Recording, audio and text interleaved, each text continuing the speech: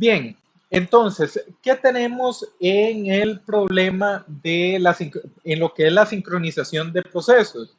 Primero vamos a tener una definición. Esta definición es del proceso cooperador.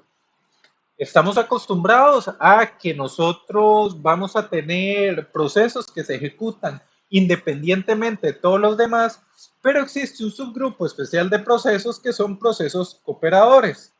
Estos son que pueden afectar o ser afectados por otros procesos.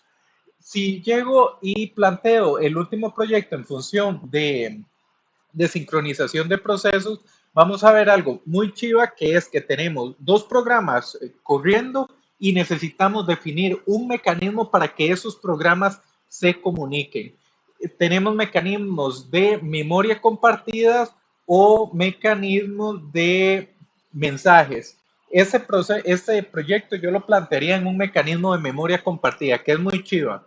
Tenemos dos procesos independientes que los corremos en consolas independientes y se comunican por medio de una memoria compartida que brinda el sistema operativo. Ahí estaríamos tratando de un proceso cooperador. Y el ejemplo clásico de procesos cooperadores es el esquema de productor-consumidor. ¿Qué es el esquema productor-consumidor? Son programitas que tienen un buffer que es utilizado para comunicarse entre varios procesos. Entonces, hay un montón de problemas que se modelan con productor-consumidor, donde uno de los programas guarda datos en ese buffer y otro de los programas consume datos de ese buffer. Aquí estamos viendo, por ejemplo, el código de un productor. Vean lo que hace este código. Siempre se va a ejecutar, por eso es el while true. Vamos a tener un contador, que este contador básicamente lo que nos dice es el puntero, este es el buffer, el puntero del buffer.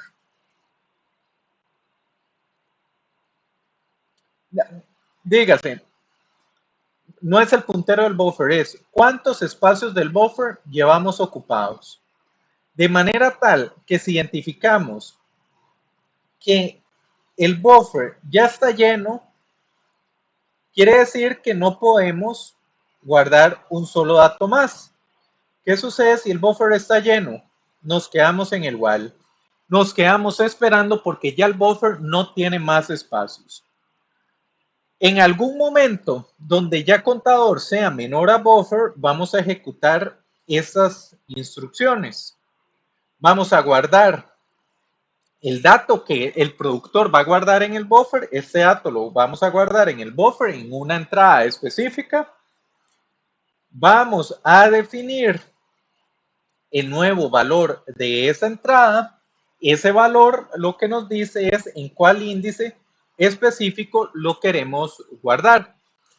El hecho de que se esté aplicando la función módulo con buffer size, lo que hacen es que permite que el buffer sea circular de manera tal que donde in llega hasta acá, donde ya tenemos un in mayor a buffer size, al aplicarle el módulo con buffer size, el valor resultante va a venir acá. Esto quiere decir que in puede ser mayor que el tamaño del buffer, pero el aplicar la función módulo hace que siempre nos dé un valor un valor válido dentro del buffer. ¿Por qué es esto importante? ¿Por qué es esta observación importante? Si vamos a utilizar un buffer de 8 espacios, podemos guardar en ese buffer desde el índice 0 al 7. Sin embargo, no sabemos cuántos mensajes vamos a guardar en ese buffer. Podemos guardar 1000 mensajes. Sin embargo, si ya vamos por el mensaje número 1000, ¿dónde lo vamos a guardar? Lo vamos a guardar en 1000 módulo 8, que esto nos da un valor entre 0 a 7. ¿Por qué así? ¿Por qué se hace de esa manera? ¿Por qué es que se llena? de manera circular. Uno es por simplicidad. Otro es que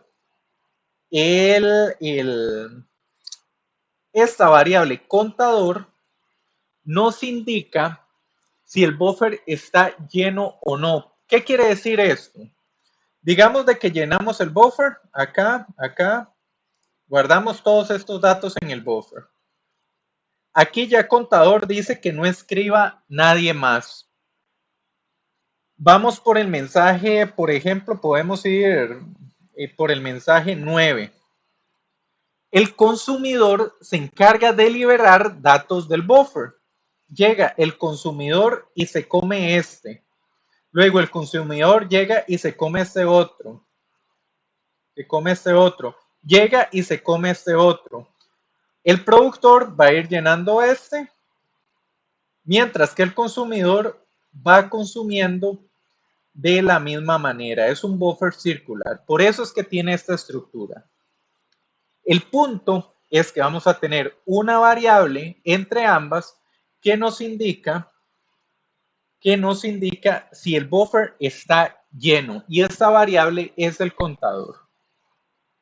Vemos el consumidor y es una estructura muy similar a la del consumidor, con la diferencia de que nosotros más bien sacamos datos del buffer. Y a como vamos sacando datos del buffer, actualizamos el puntero del buffer por el que vamos. Nuevamente, este puntero se irá recorriendo de manera circular, que es lo que tenemos acá. Lo vamos recorriendo de manera circular y le restamos al contador. Esta variable contador es global. En ambos casos, contador es global. Y estos son dos procesos que se pueden estar ejecutando concurrentemente. Dígase, se pueden estar ejecutando a la vez. Bien, ¿qué vamos a tener en este caso? Tenemos un buffer, que es la parte compartida entre los dos procesos, uno que guarda datos al buffer, otro que saca datos del buffer, y tienen una variable global para saber si el buffer está lleno, dígase el productor no le puede meter más datos, o si el buffer está vacío, dígase el consumidor no puede sacar a nadie más.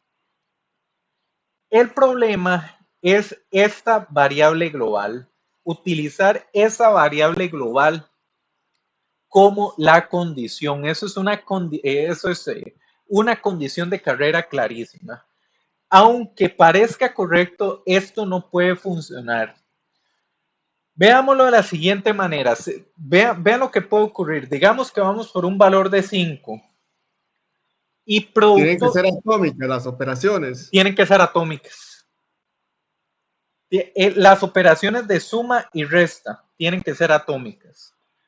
Vamos a ver incluso en ensamblador por qué ocurre esto. Veamos el ejemplo. Vamos, productor y consumidor concurrentemente ejecutan estas dos operaciones, sumar y restar. El hecho de que esto ocurra puede llegar a dar el caso de que contador quede en 4, 5 o 6, siendo 5 el valor correcto. Sin embargo, puede quedar en 4 o en 6. Y esto es algo que efectivamente se da, esto ocurre en la realidad. ¿Por qué? Veamos el ensamblador. Vea lo que hace el ensamblador de sumar. Tenemos el dato en memoria. La primera instrucción lo pasa de memoria a registro. La segunda instrucción le suma el 1 y lo guarda en registro. Y la tercera instrucción actualiza el valor del registro sumado y lo guarda en memoria. Entonces vean el orden. Traemos el dato en memoria, le sumamos 1, guardamos el dato en memoria. Ocurre exactamente lo mismo con la resta. Traemos el dato de memoria, le restamos al dato, actualizamos memoria. Concurrentemente, vean todos los escenarios que se pueden dar en donde, dependiendo de cómo se entrelacen los procesos, el orden en que se ejecutarían esas instrucciones. Por ejemplo, puede darse un escenario donde en el orden que quedó y luego se dio una expropiación, ocurrieron en distintos núcleos, cualquiera de esos casos nos puede generar el problema. Voy a ser más claro en eso. Si tenemos un núcleo, puede darse el caso de que corre, expropia y echa al otro y se da la condición de carrera. Puede ocurrir en un solo núcleo o en dos núcleos que sea un orden como el que vamos a ver en este ejemplo. Vean la primera instrucción que se ejecuta, carga el productor de memoria y guarda registro. La segunda instrucción que se ejecuta, actualiza el productor ese valor en el registro. La cuarta instrucción que se ejecuta es del consumidor, haciendo exactamente lo mismo. Carga el valor de memoria al registro y vea de que el consumidor lo que vio en memoria fue 5, vio que el valor de contador era 5, aunque el productor ya le ha sumado 1 a contador, pero todavía no lo ha guardado en memoria.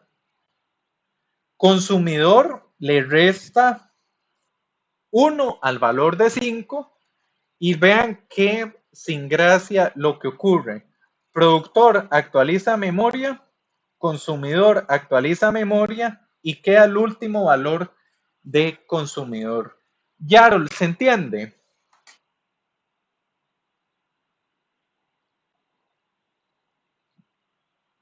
Yarol. Rubén, ¿me explico?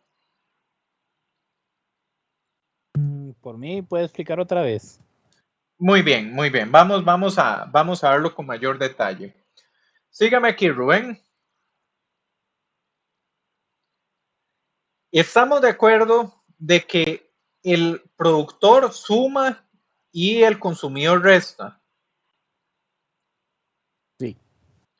De acuerdo, estamos de acuerdo, pues las operaciones que hacen, cargar el dato de memoria, sumarle en el registro y guardar el dato en memoria. Ambos hacen eso de manera similar, ¿sí?